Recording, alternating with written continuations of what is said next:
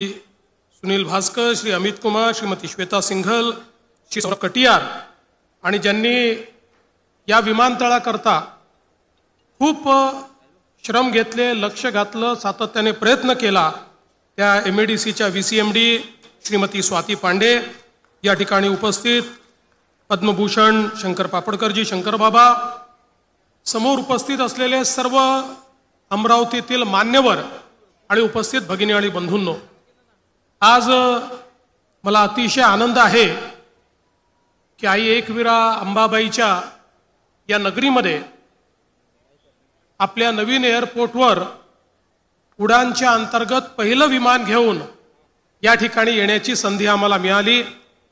या निमित्ताने खरं म्हणजे राष्ट्रसंत तुकडोजी महाराज, राष्ट्रसंत गाडगे बाबा, त्याचप्रमाणे प्रज्ञाचक्षू गुलाबराव महाराज, त्याचप्रमाणे चक्रधर स्वामी आणि ज्यांनी खऱ्या अर्थानं शिक्षण क्षेत्रामध्ये क्रांती करून आपल्याला शिक्षणाचा परिचय करून दिला, ते भाऊसाहेब उर्फ पंजाबराव देशमुख या सर्वांच्या चरणी या ठिकाणी नतमस्तक होतो।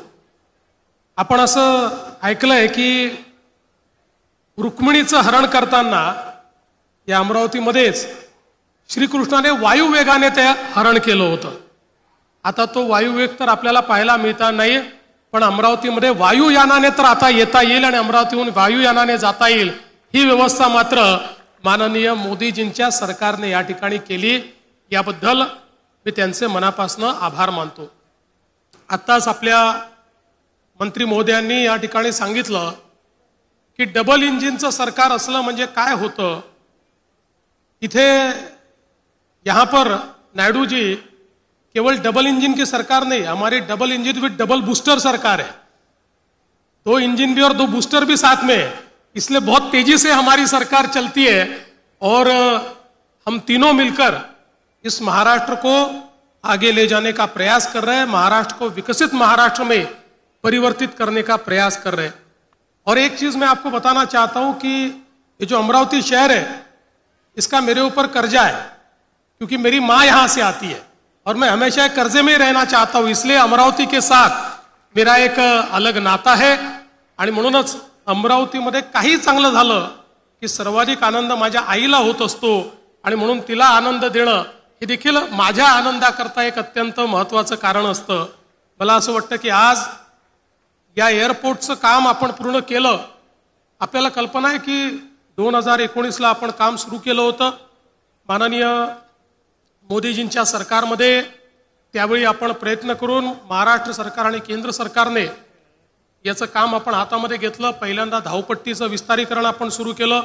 आमच्या नवनीतताई राणा देखील त्यावेळेस आमच्या सोबत होत्या आणि त्यानंतर काही कारणाने ते काम बंद पडलं होतं, पण पुन्हा त्यातलं जे केंद्र सरकारशी संबंधित काम होतं ते तर सुरू होतं, पण राज्य सरकारचं जे काम होतं ते कुठेतरी संथ गतीने चाललं होतं।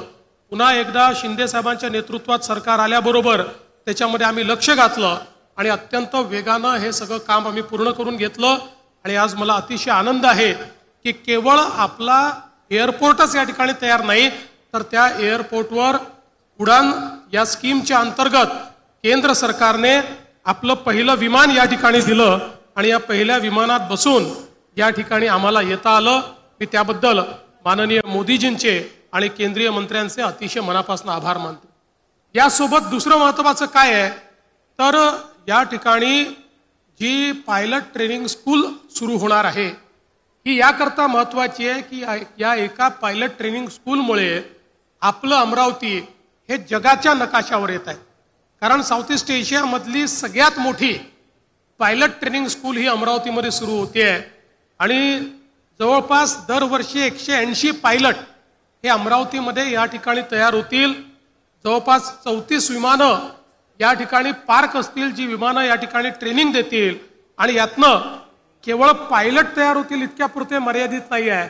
अशा प्रकारची पायलट ट्रेनिंग स्कूल आल्यामुळे मोठ्या प्रमाणात इकॉनॉमिक ऍक्टिव्हिटी सुरू होते, अर्थव्यवस्थेला चालना मिळते, वेगवेगळ्या पद्धतीनं त्याचे इनडायरेक्ट बेनिफिट्स हे जॉब क्रिएशन मध्ये खूप मोठ्या प्रमाणात होतात। आणि म्हणून मला असं वाटतं की मोदी सरकारच्या कार्यकाळामध्ये आपल्याला मिळालेली एक खूप मोठी भेट आहे की आता अमरावती हे केवळ एक विमानतळ म्हणून या ठिकाणी ओळखलं जाणार नाही, तर जगाच्या पाठीवर साऊथ ईस्ट एशियामधली सगळ्यात मोठी पायलट ट्रेनिंग स्कूल कुठे आहे तर ती आपल्या अमरावतीमध्ये आहे. अशा प्रकारे अमरावतीला एक नवीन ओळख या माध्यमातून मिळते.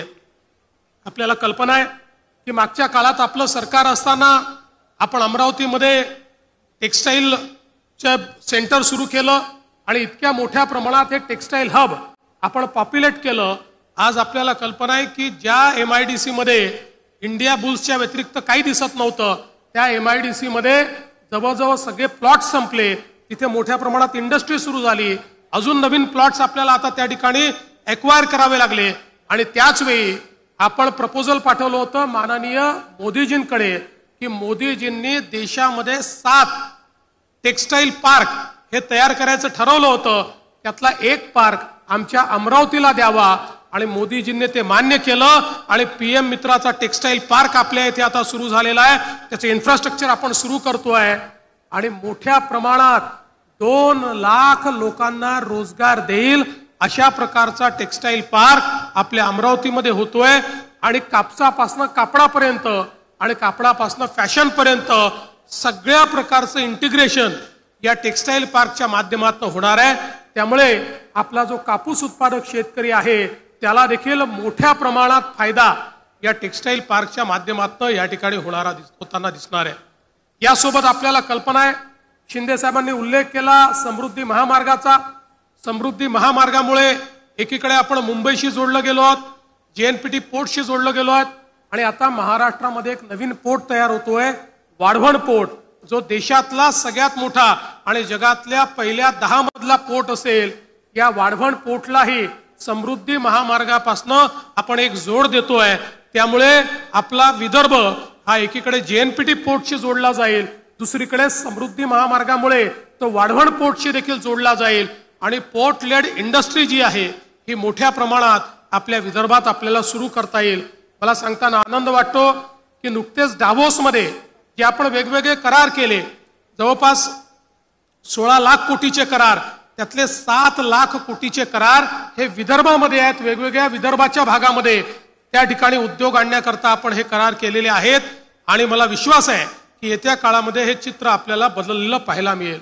यासोबत आपल्याला कल्पना आहे की वैनगंगा नळगंगा हा नदी जोडचा प्रकल्प आपण हातामध्ये घेतला आहे, जो विशेषतः संपूर्ण पश्चिम विदर्भाचे 5ही जिल्हे आणि पूर्व विदर्भाचे 2 जिल्हे अशा 7 जिल्ह्यांचा चेहरा मोहरा बदलणारा आहे.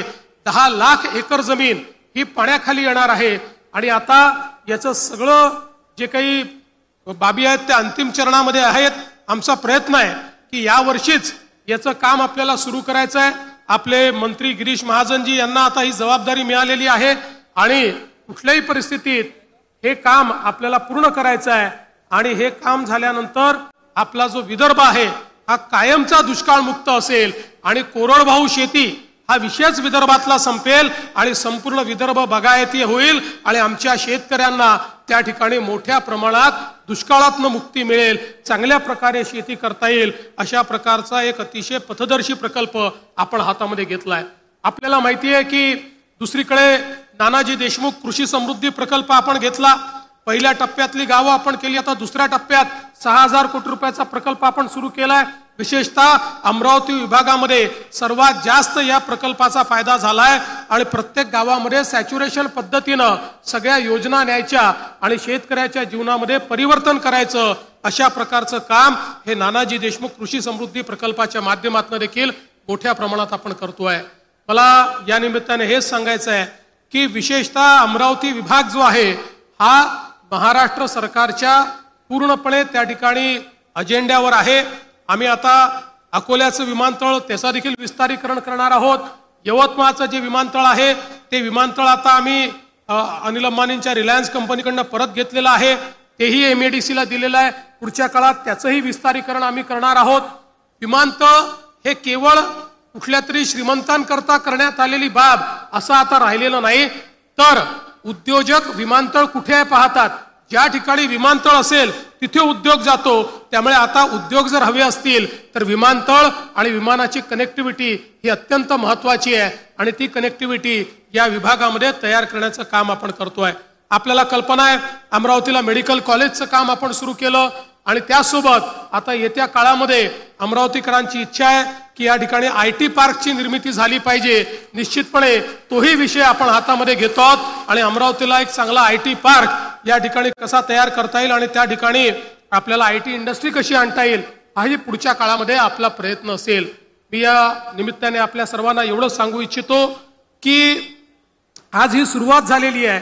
हे विमानतळ आता या ठिकाणी एक फ्लाईट सुरू झाली आहे, पण या विमानतळाला विस्तारित करण्याचा आमचा प्लॅन आहे.